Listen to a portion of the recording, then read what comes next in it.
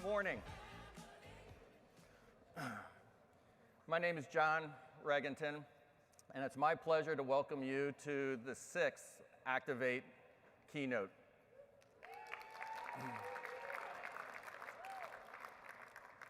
Just to provide a little bit of context and background to this particular experience, in 2013, when we were working on the conference, the theme of the conference at that time was about voice. And it was our objective to look at keynotes and figure out how could we bring more voice into the mix. Well, here we are 6 years later and 40 speakers later who are obviously coming together to provide and share a story about them, their journey, and their experience to all of us. It's not about telling people what they should think, feel, or do, but it's more about how they experience their own story and how that story has shaped them for who they are today. It's their own experiential learning cycle. These individuals come to us with an idea. They are partnered up with a coach.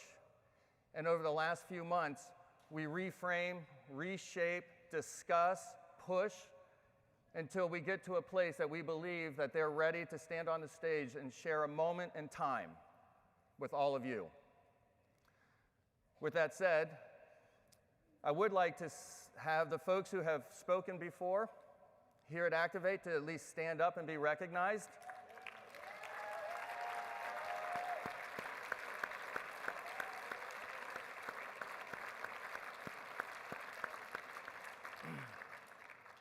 What a good-looking group. So with that said, it's my pleasure to introduce our first speaker. At 25, Cecilia Polanco owns and manages So Good Pupusas, a social justice food truck serving Salvadorian pupusas. And so I got braces. And when your jaw starts to move after 40-some years, the tongue doesn't land in the same space any longer. But it's not about me. It's about Cecilia.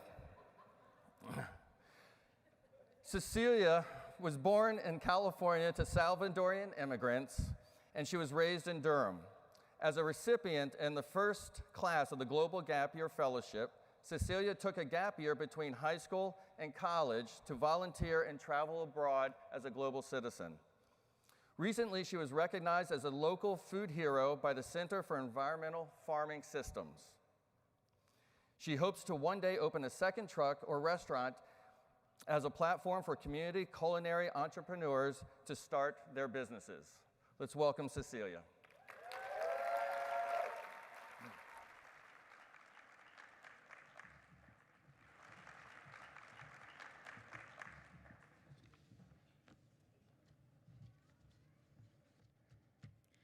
Pupusas.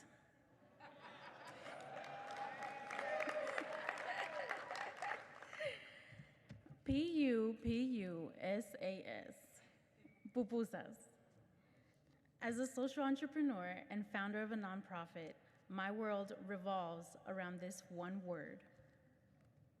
Going into college, I had no idea who I wanted to be and declared myself undecided as my major. I started my venture while I was in college with no background in business and no background in food. When I graduated college as a global studies major, I didn't take a full-time job and I didn't go straight to grad school.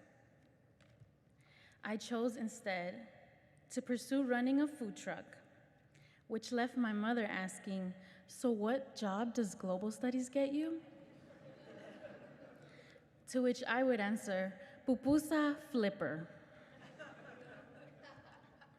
There was so much uncertainty and risk in that choice.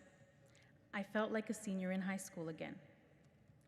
A senior who was going to her dream school, but deferred it to take a gap year, something I had never heard of before and knew no one who had taken one. There I was, a college graduate, choosing to run a food truck when I'd never worked on one, and all I knew about pupusas was how to eat them. I was able to make that choice because of a scholarship I received to take a gap year. My gap year changed me. At 18, I chose to start my gap year in Italy because in addition to pupusas, one of my favorite foods was pizza. That is how I made decisions at 18.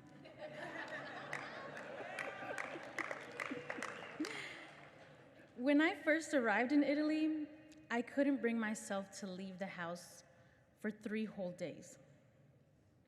A month later, I was on a train for the first time, headed to a farm in a place I'd never been, to be picked up by people I'd never met. Yet, that night, I couldn't muster the courage to search for the outdoor bathroom in the dark and spent the whole night awake with a really full bladder. Later that year, I would find myself venturing even further across the world by myself to Australia, where I'd go scuba diving in the Great Barrier Reef, hold a koala bear, and get kicked out of my host parents' house with no place to go, just days before coming home. My gap year changed me. And what I've learned from reflecting on my gap year and who I became is that changed people create change.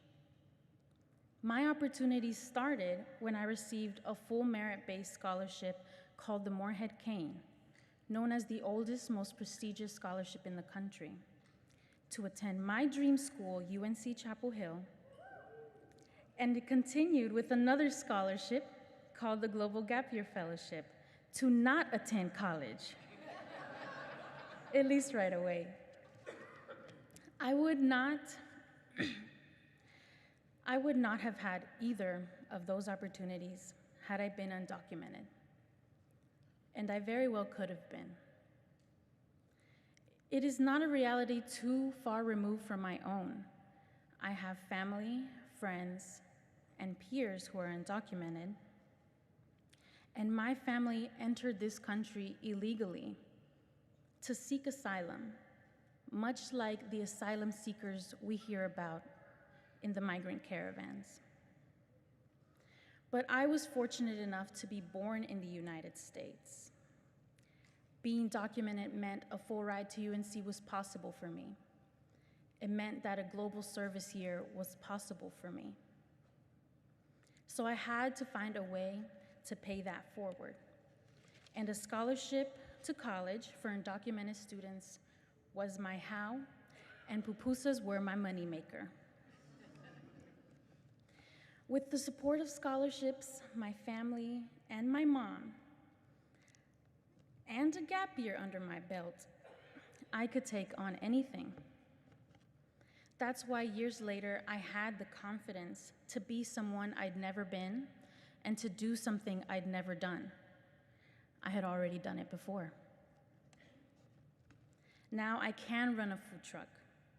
I've been working on this venture for over 3 years, and we've been full-time for about a year and a half.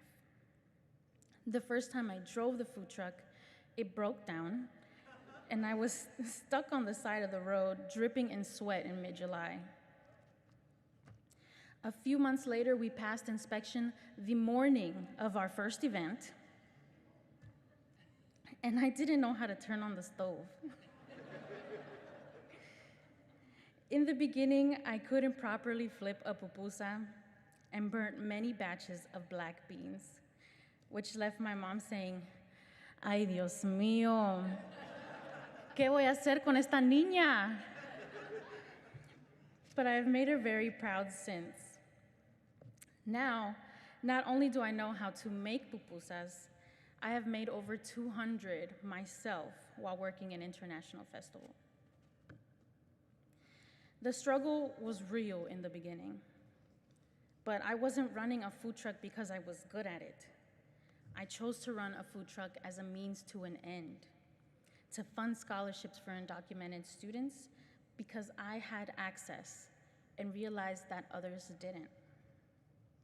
Some of our next goals are to build capacity by opening another food truck and starting a fund for undocumented students to take a gap year. If you know anyone doing this work or anyone who is interested, please point me in their direction, link us up so we can make it happen.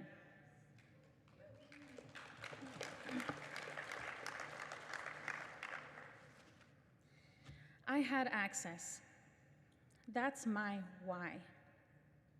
I had access, and others should too. Because when there doesn't seem to be enough resources to go around, you don't build a higher wall. You build a bigger food truck. Thank you.